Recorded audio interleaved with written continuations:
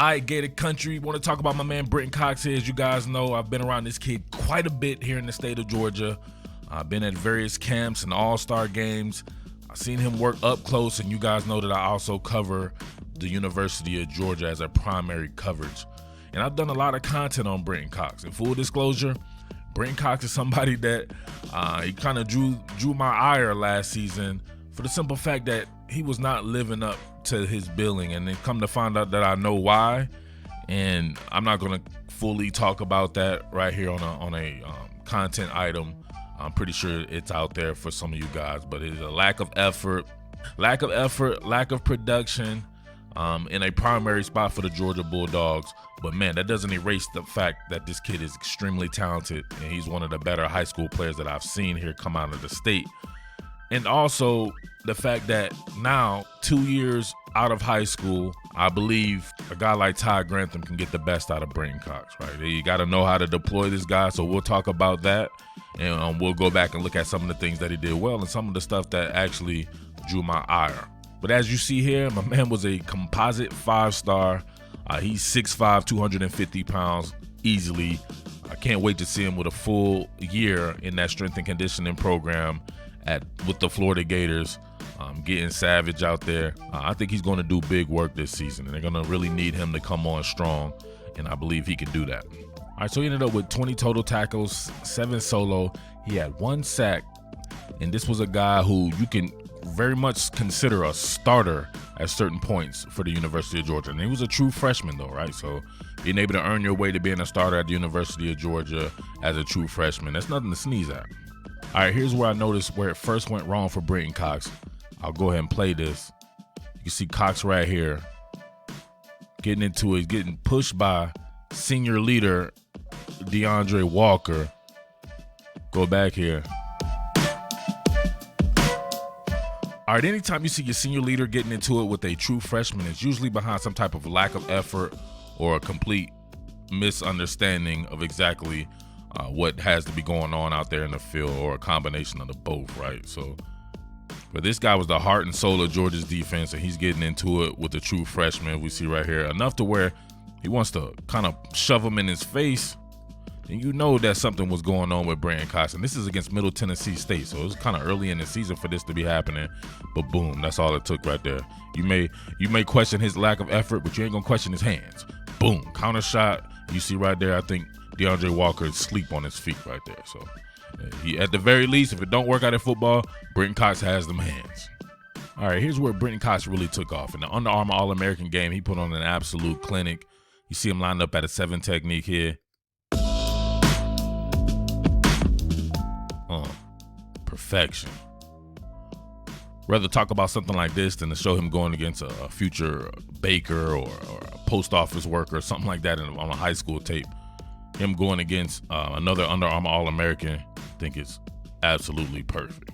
See him get off the snap here. This is one thing I want to say about Brenton Cox. I think he needs to be in a 4-man front. Him in a motorcycle stance on 2 feet. Maybe Todd Grantham can get the best out of him.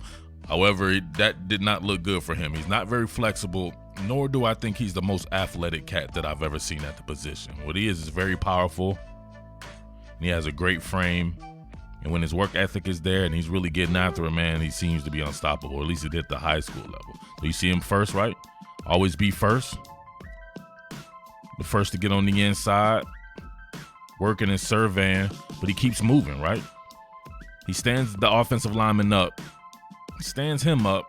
That'll stop his feet, and if your feet are stopped, you can't continue to work, obviously. So now you see him in reach mode, right? Reach and I'll teach you. So your classic stack and shed, run the arc, right on it. All right, so while this isn't within the confines or parameters of an actual quick set pass sack, to me this is what made Brenton Cox special. Working out of the same spot, keeps working. Perfect. Times with him, man, it's about that motor and being able to continuously work. Coming out of that 3-point stance. This time he tries to take an inside move, beats him head on. Nice anchor for the most part by the left tackle. Working him out past the quarterback. What does he do? Continues to work. So at Georgia, sometimes, man, it seems like he would be done after that first initial quick set. However, he keeps working here. His pay dirt. All right, now that I look at this, he's actually been going against our guy Richard Garage, right? So you guys know how talented Richard Garage is. That's why it's always good to be able to look at some of these all-star games because they go against light competition, if I can put it that way. All right, Richard does a great job initially, but he keeps working. There you go. That's exactly what you need from Brenton Cox. If this is there, if Dr. Pressure Todd Grantham is getting this out of this kid, he's going to be hell on wheels. All right, so here's what I like seeing this a little closer here. So you see him, right? Not very bendable. He kind of stands straight up almost. A little bit too high for my liking. Needs to really bend those knees and get down there. It's a leverage game, especially going against a guy like Garage who may be a little shorter than him. But he tries to give him half a man. Work back. I'm not sure if he was supposed to work back to the inside. Actually, no. Somebody here is getting fertilized. So he's getting fertilized, gets in Brenton Cox's way. Brenton Cox keeps working upfield, though. So there you go. Eventually, you want to extend and disperse. We got Garage holding him a little bit. But, man, a lot of action going on there. Quarterback trying to detach. I think that's Joey Gatewood, actually. And boom, Brenton Cox. Maybe it's not Gatewood. I don't know who that is. All right, working against Garage again. This has nothing to do with a pass set or pass rush. We got him double back, redirect, make the tackle. Flat out effort.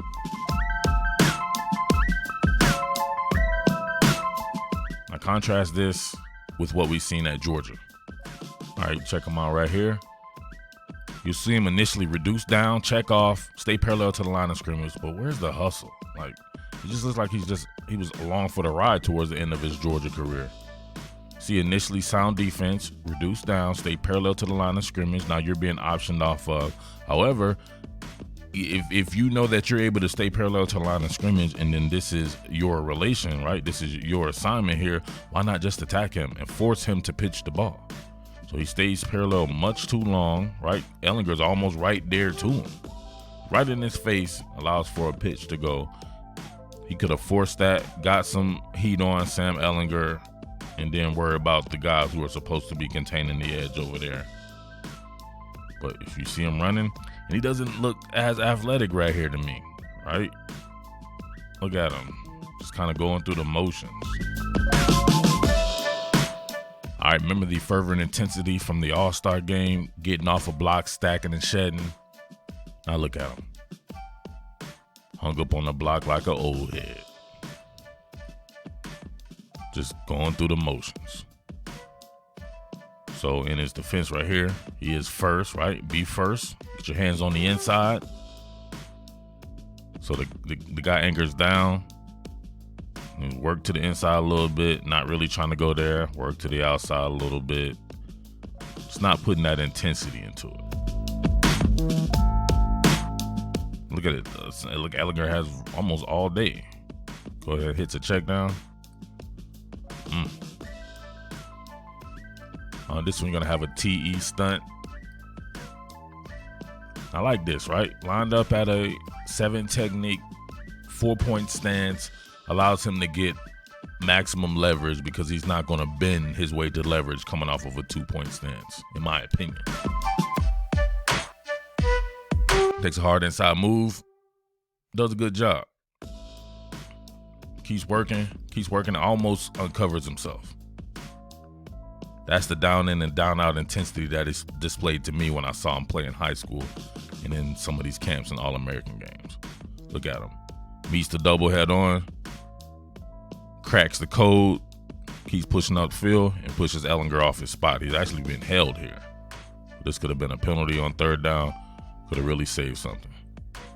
All right, coming out of an odd front. This was the peak play of his entire Georgia career. 2-point stance. Hard sell to the inside. Spun out of it. Tracks the quarterback down. Terry Wilson sacked him. Very good play there by your man, Brenton Cox. See the approach. Really wants to press it to the inside. Once again, the waters are muddied here, which is weird. He seems to encounter this a lot. Waters are muddied there. Does a great job on the spin out, redirecting. Now you can see the closing speed and the talent.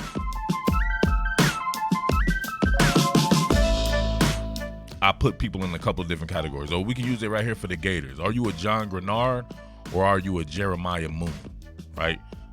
Sometimes I don't know what Brenton Cox. Sometimes I think he has the talent to be more of a Grenard, a guy who can give you a double-digit sacks.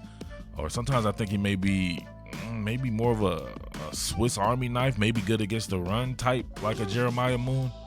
I'm not sure, but I do have faith that Todd Grantham will definitely let us know one way or the other with how he deploys him. All right, last one right here, 4-point stance. Great job squeezing down. Right on Najee Harris. Being optioned off of. Optioned off of, but he makes the right decision. Able to still look at Jalen Hurts, play it backside, and then squeeze down the line of scrimmage.